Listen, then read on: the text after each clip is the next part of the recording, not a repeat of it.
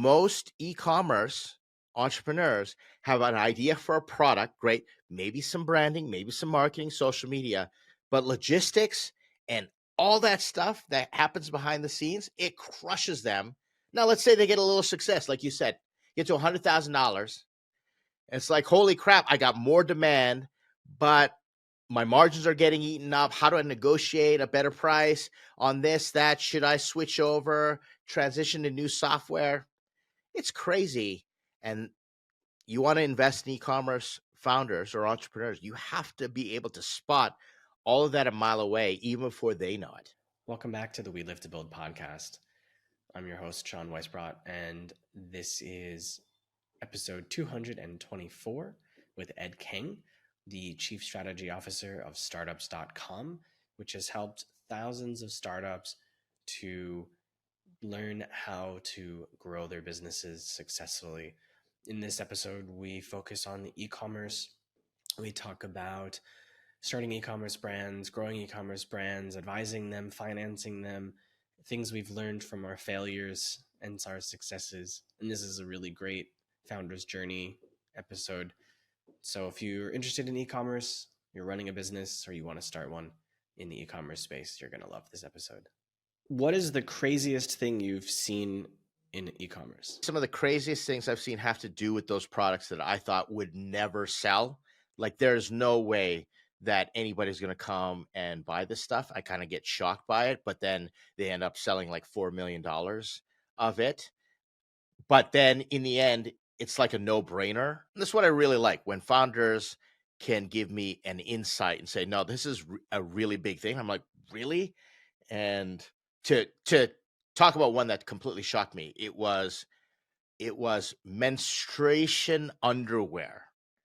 And so they just said this. I was like, that's a thing? And they said, yeah, it's a thing. And then they showed me the numbers on it, and I was shocked.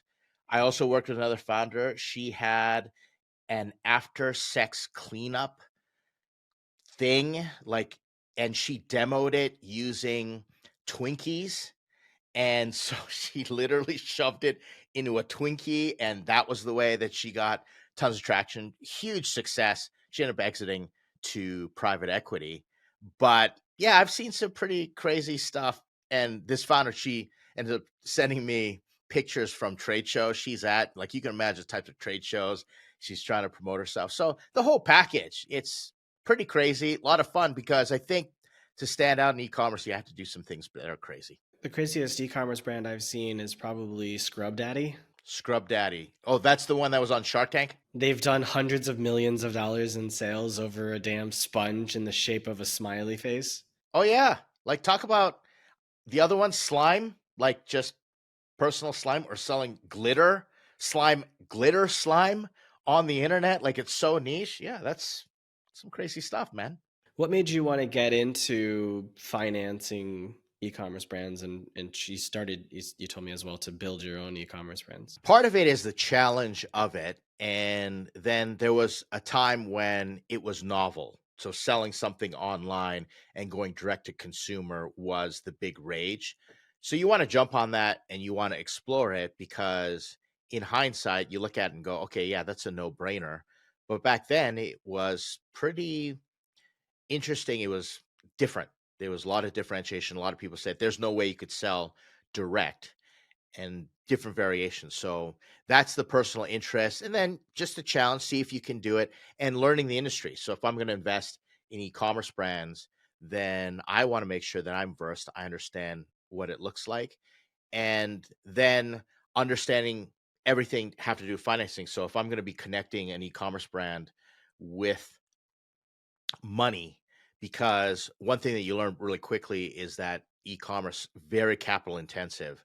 So we have to figure that. And then with the new things with, Fulfilled by Amazon, all that distribution, you just have to learn all these things. And by doing that and being curious about it, that's what made me go deeper into the rabbit hole and explore everything to do with e-commerce. So you said that the first brand you tried to build was nothing to write home about. What was that brand about? Why do you think it didn't go where you wanted it to go? One of the e-commerce brands that we tried to do was an online comic books. So we had this model where we said, okay, we're going to be the Netflix of comics, but because everybody wants their stuff for free, we need to have some type of physical good. So we combine it with doing Kickstarters, and then we sold the physical comic books like an online store. And we said, all right, people are going to want to order directly from us because they've been involved, and then they go out there. And so it wasn't an e-commerce brand specifically just for e-commerce. E-commerce was a part of the entire package, because I was never interested in creating, a widget. So I'm going to create whatever, a coffee mug with an anti-spill whatever, and try and sell it directly online. E-commerce for me was always a part of a bigger strategy, and that's because I'd learned and had enough hard lessons investing in other e-commerce brands or startups or founders. So you learn and you say, okay, we got to do something different. So what happened with that brand? What did you learn from it? We learned that the habits of users combined with the culture of that particular industry did not jive with having thousands of comic books sitting in your living room in some type of warehouse, did not jive with going in and packaging, having to pull something, get an order, walk over, put it in an envelope, all those things. And these are the painful lessons that I learned, was just the fulfillment, tracking, all those things. The administration for e-commerce is just absolutely crazy. And that's where a lot of my e-commerce ventures have gone to die. But everything coming together, it was one of those ideas that if it worked and we started a new trend, and don't get me wrong, we got tons of traffic. We did all this crazy Reddit hacking, and we got all the artist community involved, and it was a lot of fun community.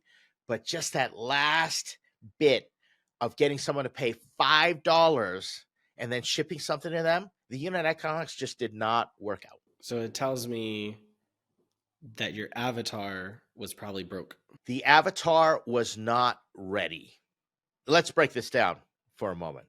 The reason we had this thesis was we saw this craze out in the East. And I had this co-founder, and he was super into web comics and Eastern media and how people consumed. We did a debrief on this actually about a month ago. We talked about it again because we like to get together and commiserate about how bad we failed. And he said, in the East, everyone's on a train, so they're on their phone, so they're scrolling. In the West, everyone's driving, so they're listening. And that's the reason podcasts and audiobooks. So we didn't understand the behavior. So that was the first thing. The second thing, we added the entire concept of, okay, if people aren't going to pay for reading online comic books, which became a model later on, reading stuff online, like web serials, like people are paying for it now. We did this years ago. Like, I can't even remember. It's got to be somewhere like 5 years ago. And so we're just ahead of the market. So then we said, all right, what are people buying right now? What are people actually spending cash on? And then it was the collector's market. And so we understood people are willing to pay a little extra for collector stuff. But then everybody was doing comic books on Kickstarter, and it was just saturated. So we went from, all right, the market's not ready, we're ahead of the time, and added a component where it was already saturated and we had no 10x order of magnitude differentiator. And that's a recipe for disaster. You don't know where you are in the middle. So we just ended up, burning cash. And I was plugging in my money into it, just constantly plugging money in. And it just got to the point where I was like, no, this is not working. It either has to work on its own or I'm out. And the original founder, he valiantly tackled it, did okay for the next year, but ended up shutting it down himself. Have you tried other brands with a physical component?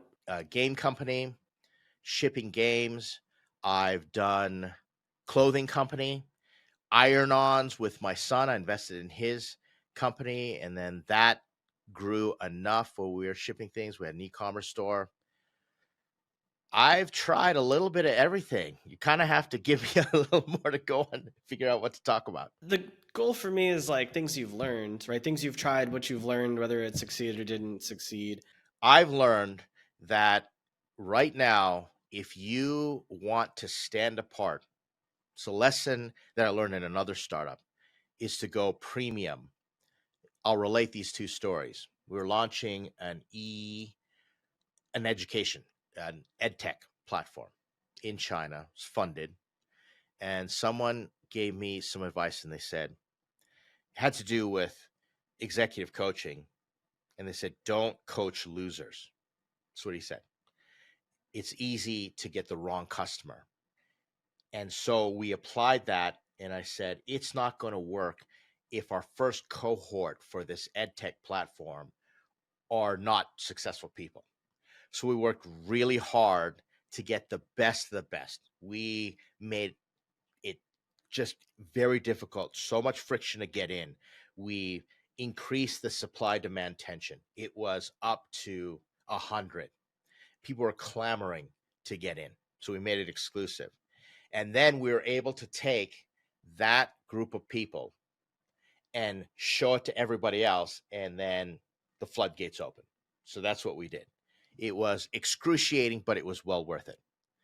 So with e-commerce, I've seen the most successful ventures, and I've learned this by doing it the wrong way. Instead of trying to sell to the base, which is probably your late majority, if you're looking at the innovation adoption curve, crossing the chasm, or your even early majority, the biggest part of the bell curve, it is just asinine. It is so difficult to stand out. But if you sell to rich early adopters, one, they'll give you feedback on your product. Two, they'll be evangelists. Rich people are the best evangelists in the world. Why? They're rich. So if you can get in the hands of someone who's wealthy, they'll talk about it. And it doesn't matter if you're darling on social media. Stop going for the mediocre middle and just blow your brains out trying to get the attention of the masses. Get one wealthy person who goes to like a fancy luncheon and says, I bought this product, or shows off, hey, look at this, and you're in. Easier said than done, obviously, but to me, that's the fastest way. If I had to start any e-commerce brand, that's what I'd be looking for, is how do I get this? How do I get wealthy people to use it and talk about it and engineer the virality? And then I'll start to go to the rest of the base. It's interesting you say that. I was just having a similar conversation with my fiance yesterday because when she moves to Europe, she wants to start a YouTube channel, and she wants to, because she's from Vietnam, and it'll be her first time living outside of Vietnam. So there's a lot that she'll be learning about the world doing it.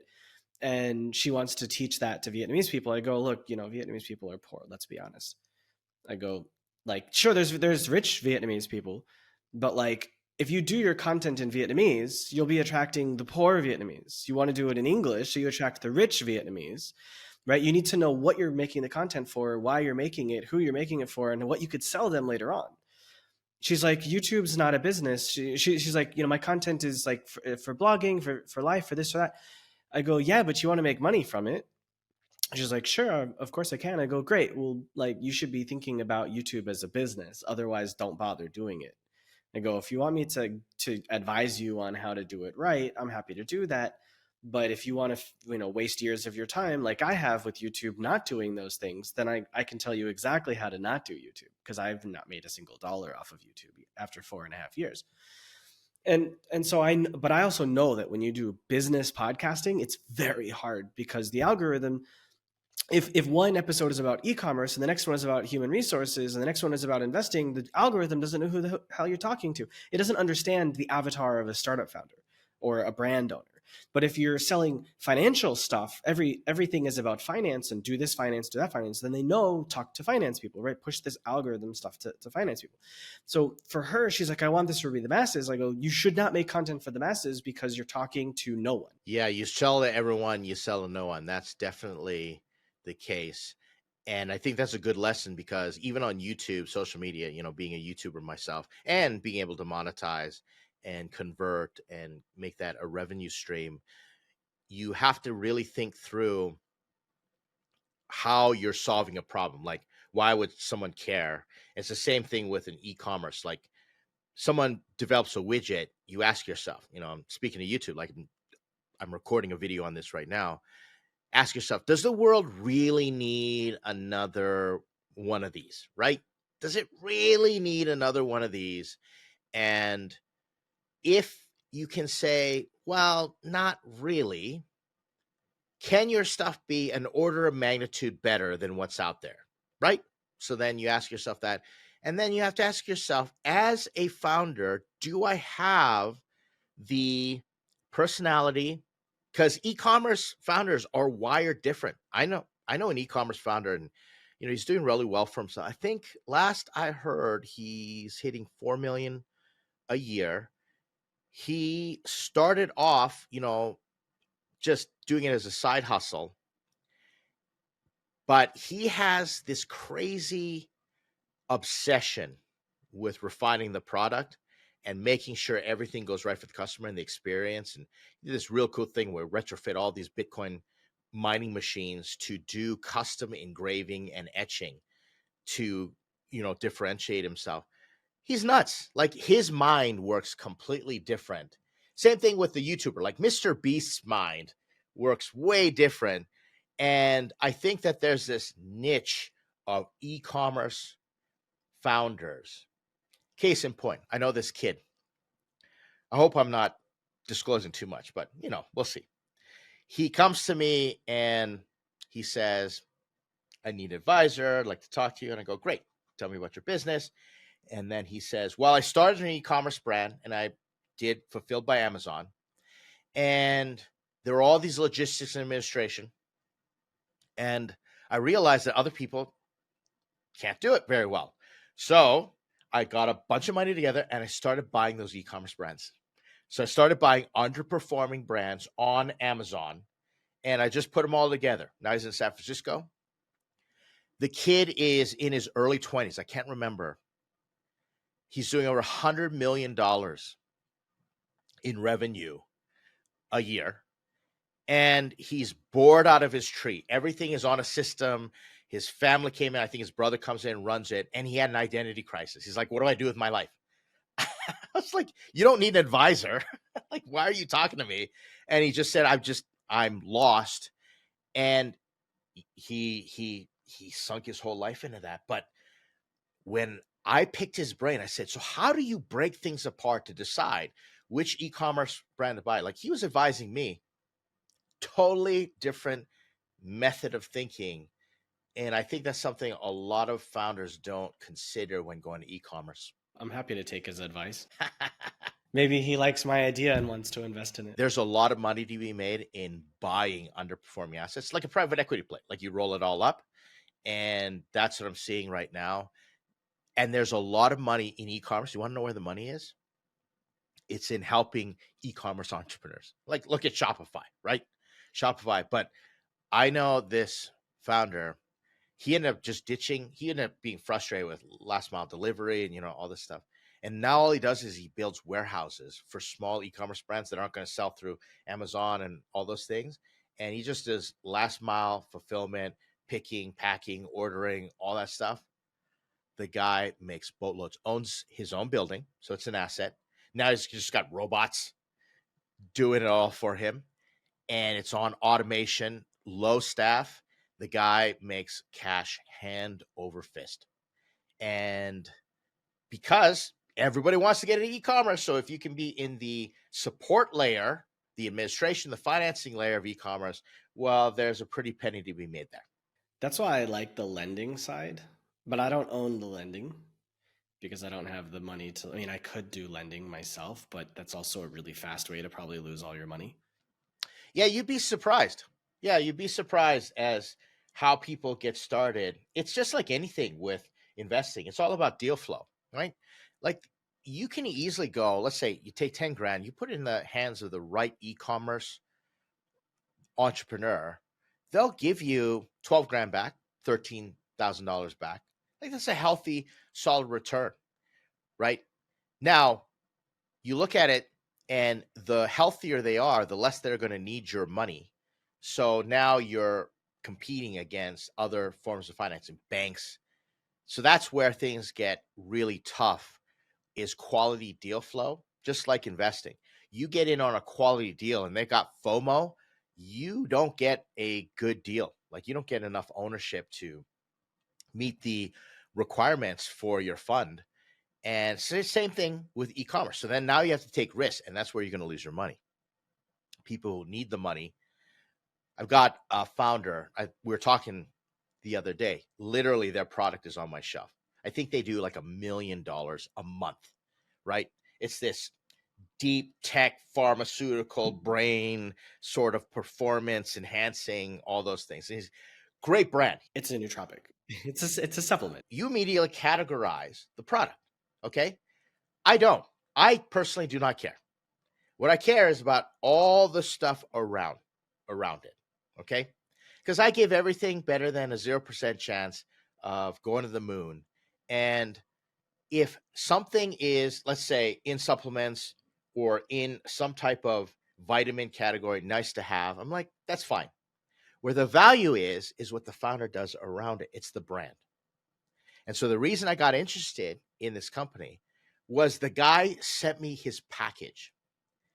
And in it is this massive leadership, personal development book. It is like so thick, right?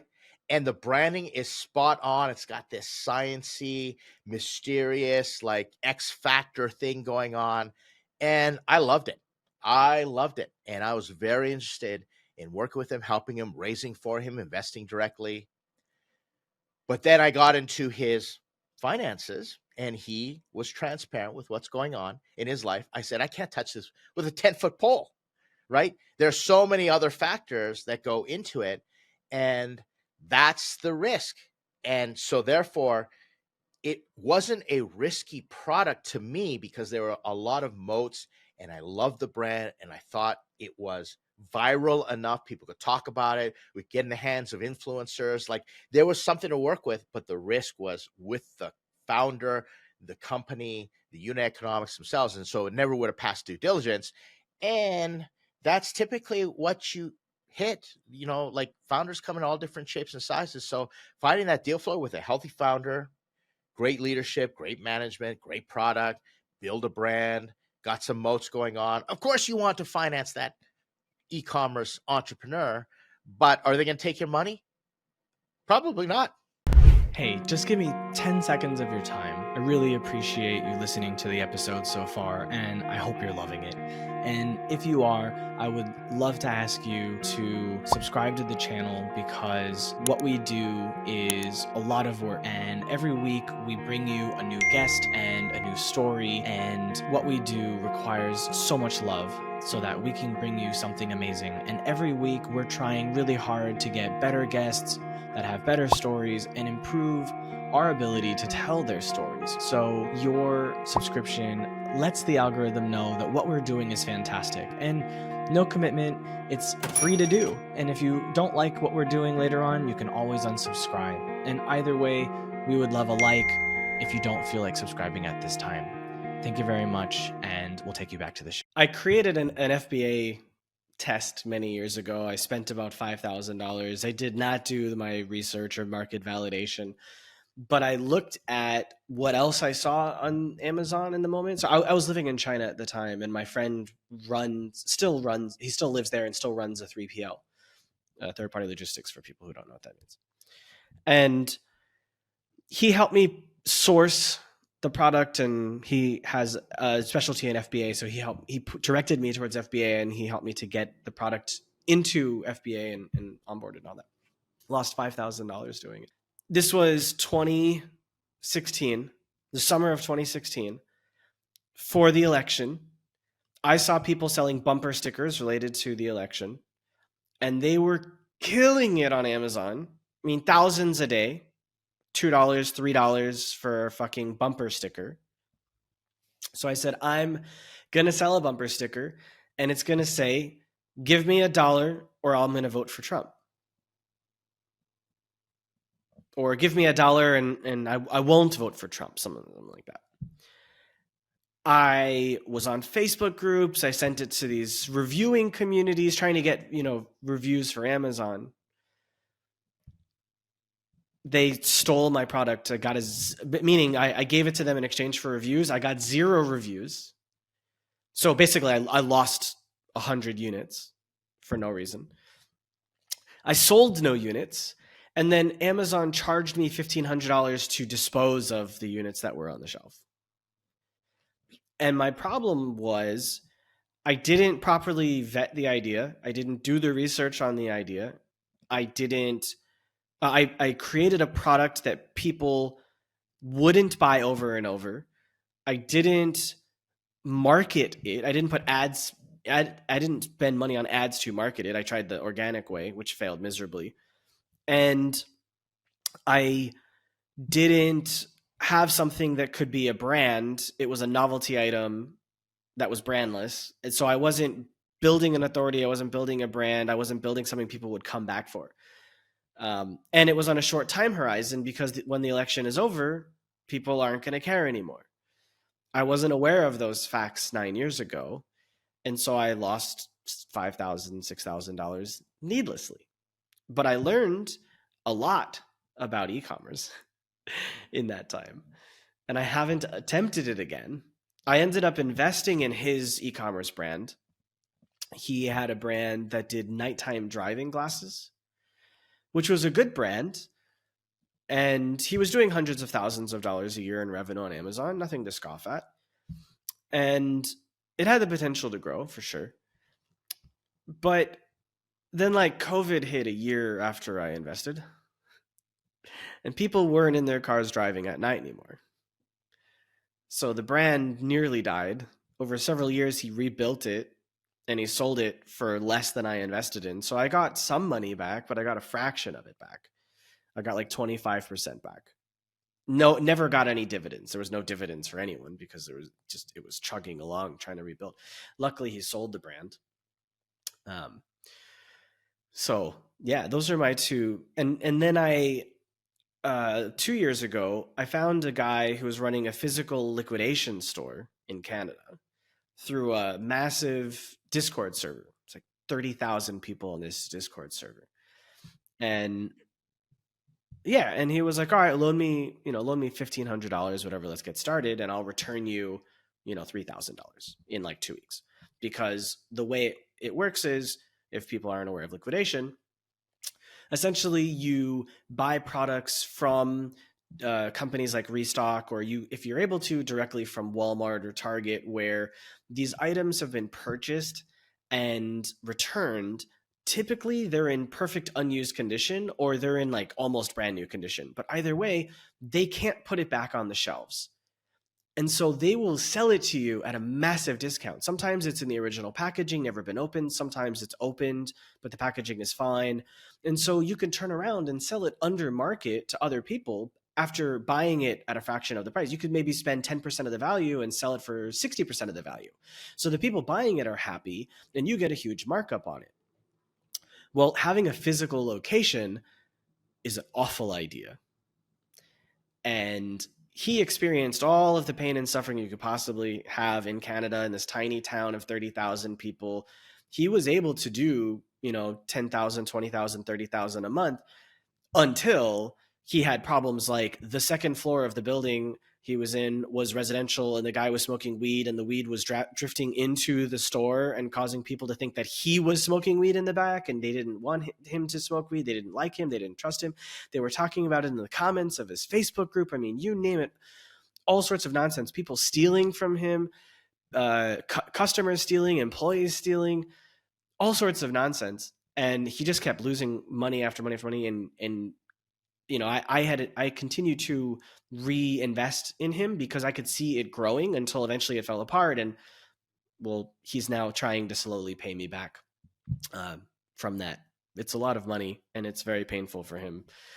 But I think in the right hands, this kind of a business could easily do 50,000, 100,000, maybe even $1 million a month in revenue if you have the right person in place and the right team to support it. Yeah, I know a founder.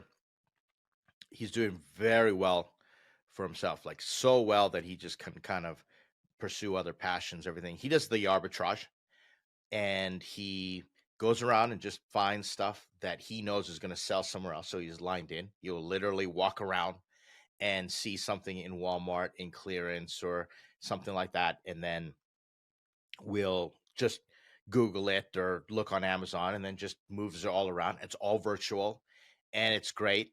And I love those types of ideas. I think they're all out there. Someone who's willing to hustle. Founders don't understand. You have to have founder market fit first before starting an e-commerce brand. It just can't be a good idea. You have to be able to sell it like manually, like uh, front line, hand to hand combat sales. And I say, if you can't ring up 200 people and get them either interested in buying your product directly or know someone who would like that product, then you shouldn't get into it. You shouldn't begin. Now, the fact that you've got a 30,000 person Discord server, that's a signal that I would definitely have bought into and said, okay, this is interesting. Where I would have turned down that deal is him telling me he can double my money. That I would have been scared. We were members of the community. If you can go hack a community, that's great. But in e-commerce, I look for built-in audiences. So you have to proven to me that you've got founder market fit. Let me give you another example. This company I just helped launch, helped them, raise some capital and got them going. And I set up their e-commerce infrastructure, everything like that. I think they've done about 70, last I calculated, they've done about $70,000 in sales. Okay. And this is in a few months. Their product cost $5,000 a pop.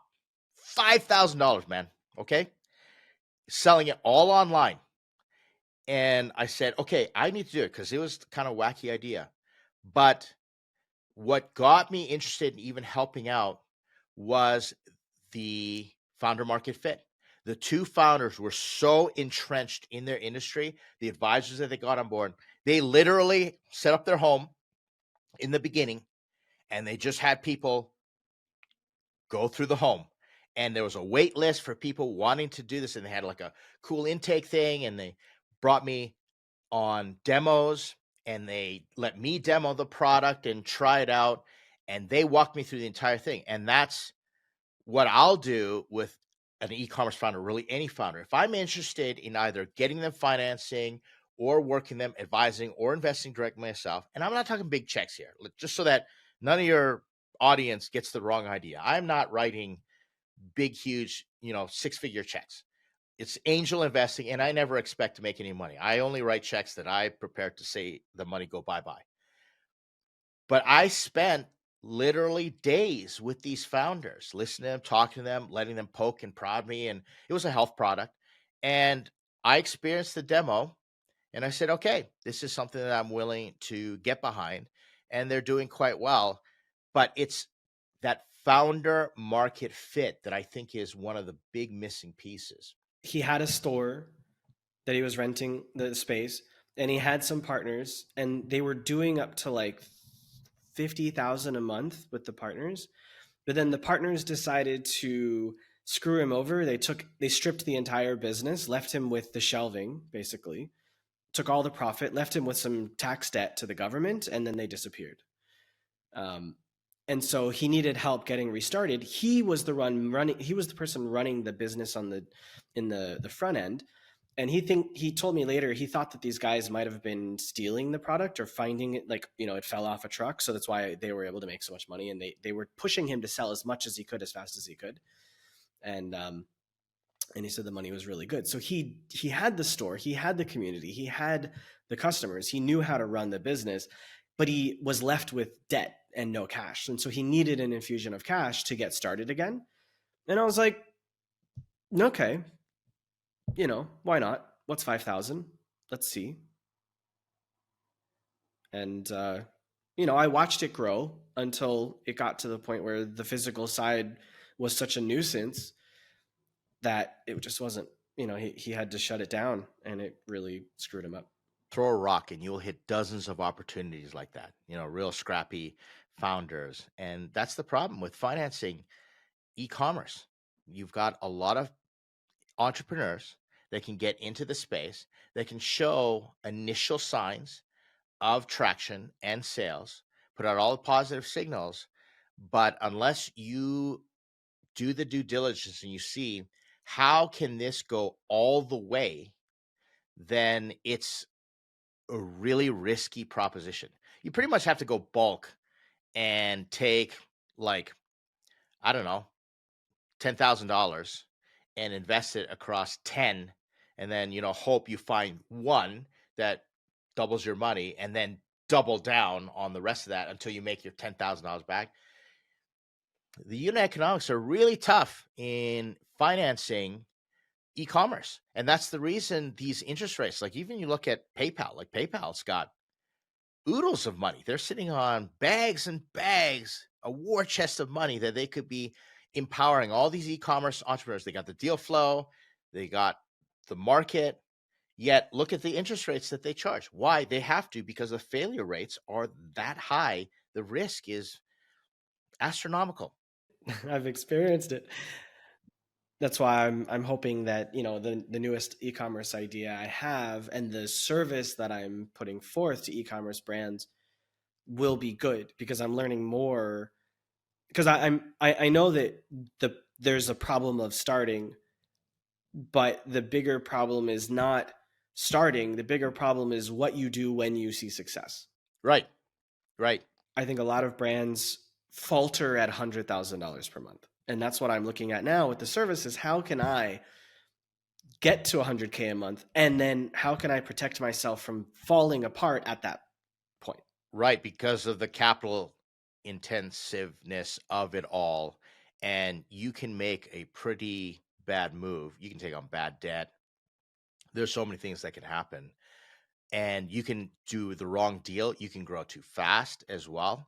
I've been a part of e-commerce brands. I wasn't the founder, but I was a VP, where we had a deal with, like, Walmart and Costco, and they almost killed us.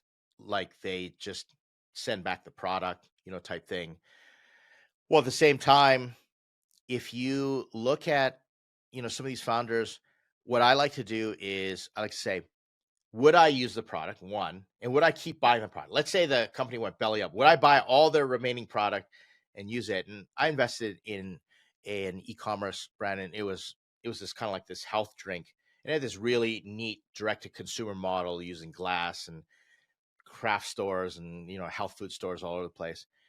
I said, you know what? I would just convert everything into product, is really what it comes down to. Same thing. I'm looking at the beverage product, and he wants to go direct to consumer and doing pretty well for himself, but we want to add the e-commerce thing to it. And quite frankly, I take all my compensation in product. That's how much I love it. Right. So I want to add passion to it, because if I can evangelize it, then I have a better chance. I find it difficult these days just to write a check for, founders or a company I don't know. It might be an attractive opportunity, but there's just so many things that go wrong. So I just have this desire or this obsession that I have to get involved somehow. Mm. I, as you know, I'm on Reddit, and some guy saw me talking about startups, and he DM'd me and he was like, "Hey, I'm doing liquidation. You know, do you want to invest?" And I was like, "No, man, I already lost a bunch of money doing that. I'm good. No, thanks." And he's like, "Oh, I can show you this and that." And I was like, I don't want to be involved with it. I'm sorry, because I know what, like, went through the ringer with this other guy. We got deep into, like, forecasting, because it would take 14 days for him to get product. If you because he was in uh Vancouver Island, right? Not even Vancouver City. He's on the island next to Vancouver. He would buy from Restock Canada, but it would take 14 days to Port Alberni. He could sell the product so fast that he would run out of product before he would receive the next product. And they had to stop multiple times throughout the country, because it's like literally the entire opposite end of the continent by ground. They're putting them in 18-wheel, trucks. And so we were thinking about, like, buying truckloads of stuff in order to make sure that it arrives in like 10 days instead of 14. He even considered and ended up moving to another town, the next town over, which is 10 times the population, which like you're directly at the ferry to Vancouver City. And even that was still like 10 days instead of 14 days. So he had to go out and make relationships with like trading card companies, and he had a relationship with Walmart that he was able to exploit, and he had to just like figure out a way to get the product the same day or the next day or 3 days. And that was another big problem for us to be able to grow as well, was because we couldn't forecast when we would be able to restock. And so we'd have to shut down the store some days. We couldn't have people that we hired full time, but we still had to pay them. So we looked at like, can we hire First Nation people, right? Which for Americans is the indigenous, how they call it in Canada, the indigenous residents that live in the tribe. You can you hire them, and the government will like pay you the difference. So if you pay them a normal salary, they'll reimburse you some of that. So we're thinking about that. There's all sorts of things. I helped him to find a real estate agent to look for another location to get away from this weed smoking guy who was also an asshole, causing all sorts of fucking, you talk about it, you name it. We talked about it. Like I was super in with this guy. Like I was full time helping him from a distance across the world. Literally, I was in Vietnam at the time, going between Vietnam and the US. And we were like 15 hours apart when I was in Asia. Insane. Waking up all hours of the night to have conversations with this guy just to try to make it work. Founders have to be different when they do e-commerce, like understand logistics and everything like that. I'll do stuff where I'll help build a brand. I'll shout out on my social media channels, get involved. That's just not my lane. Now, if you have a mind for that, that's great. Like I say, get involved and help the founder as much as possible. Because if you can do that, especially teach founders, that you want to get access to really great deal flow, it's a huge pain. But teach e-commerce entrepreneurs how to do e-commerce properly, right? Teach them all the little tricks, everything. And then now you've got access to deal flow where you can say, okay, I see the numbers of somebody doing really well, so I'm going to put, the cash in there. But that's the issue, is so many things go wrong. Now with AI, it's getting better. I was looking at a case study way back in the day, IBM's Watson. They were doing this thing where they were predicting what type of frosting on cupcakes would sell based on the weather. And they found out hot days, vanilla, cold days, chocolate. And since IBM owns the weather network, they were able to do that. And so Watson predicted it, and they said, make extra chocolate. And so I think they did a 10% increase in sales, but they reduced their waste. Huge, right? And so now you need AI to plug in and say, all right, my shipment's coming here. It's this product in 14 days. I've sold this amount. I have this amount of demand. Should I shut down for a couple of days? I'm believing that AI is going to help with that. But it all goes back to the point. Most e-commerce entrepreneurs have an idea for a product, great, maybe some branding, maybe some marketing, social media, but logistics and all that stuff that happens behind the scenes, it crushes them. Now, let's say they get a little success, like you said, get to $100,000. It's like, holy crap, I got more demand, but my margins are getting eaten up. How do I negotiate a better price on this, that? Should I switch over, transition to new software? It's crazy. And you want to invest in e-commerce founders or entrepreneurs, you have to be able to spot all of that a mile away, even before they know it. I learned about logistics and supply chain management a little bit when I was in China, because not only of trying the FBA thing, but also I was trying to do international trade. And so I learned about Incoterms and, bills of lading and all of this nonsense. And I'm hoping through ecom I can avoid all of that by just having the factory. Actually, the product I want to make would be made in America, so I wouldn't have to deal with import, export, possibly export if people outside the US want to buy it. But um, I don't know about now. If Trump keeps going ahead with the tariffs, people may not want to buy stuff from America. But at least Americans can hopefully, sell, can hopefully buy enough to keep the business going. And in that regard, understanding logistics is a little bit easier if you're not moving out from without a country inside. But still, I've learned many different lessons from the different industries I've been involved in, and so I feel like I have a much better head on my shoulders about understanding the numbers and the logistics than I think other people that have never done a business at all. As you build all that, you get that going. I'd be trying to build an audience as fast as possible. It's what I do now. I think it's the single greatest thing that a founder or entrepreneur can do is become a channelpreneur first. What I mean is develop channels, own those channels, own the audience, have the email addresses, be on the multiple platforms, make that bulletproof, and then figure out whether you're going to plug products through it.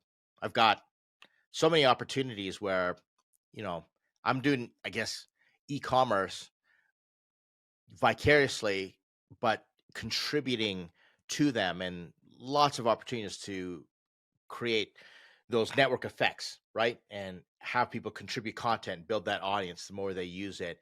And that's the level you have to go through. I just don't believe these days, and more power to anybody who does it, that you can just put out a product and hope for some discovery, algorithm, advertising. I think that's just a really scary proposition. But then again, I'm old, I'm tired, and I don't need the excitement of taking all those risks anymore. So I pretty much try and de-risk everything. And to me, creating a channel first is probably the best way to do it. I hate social media so much.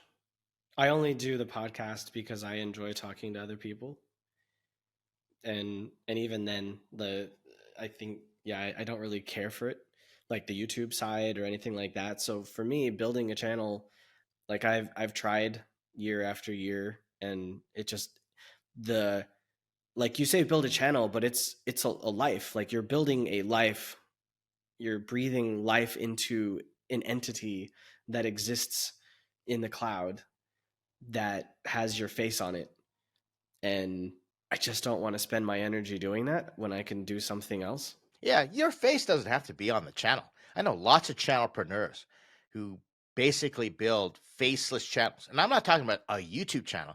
I'm talking about everything from, being a moderator on some type of group, having an amazing email newsletter, being the go-to person across social media channels, even just curating other people's stuff. That channel, having direct access to customers. There are so many ways to do it.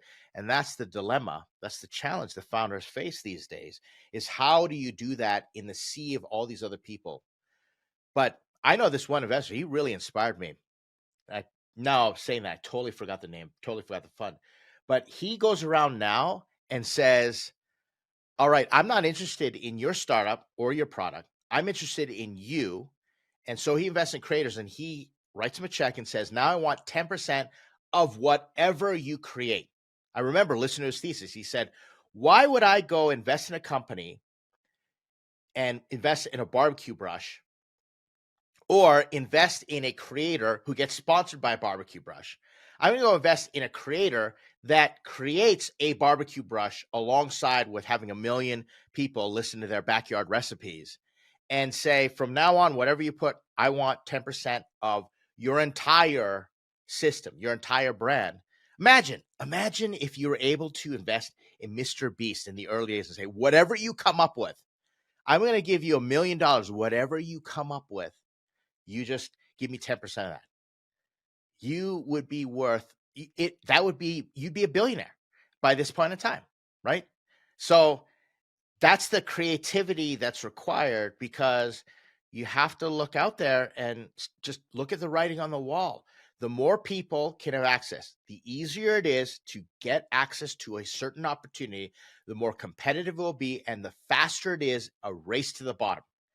And sure, you might be able to make some money in the short term, but long-term sustainability, I don't know. It just seems like a hedonic treadmill, if that's the proper application of the term. Just seems like a rat race, hamster wheel, whatever metaphor you want to use. That just, yeah, if you're young, go for it. All you young founders listening out there, man, if you are 18, 19 years old, you can live in your parents' basement, work out of your garage, and YOLO your life in there. Your cost of opportunity is nil. Do it. Go for it. Learn like crazy. But Sean, you said you have a fiance. I'm married. I got 2 teenage kids. I got a mortgage. I have to pay for college, all those things. It's different for us. So learn from us, seasoned veterans. Take your enthusiasm, and I encourage everybody to give it a shot.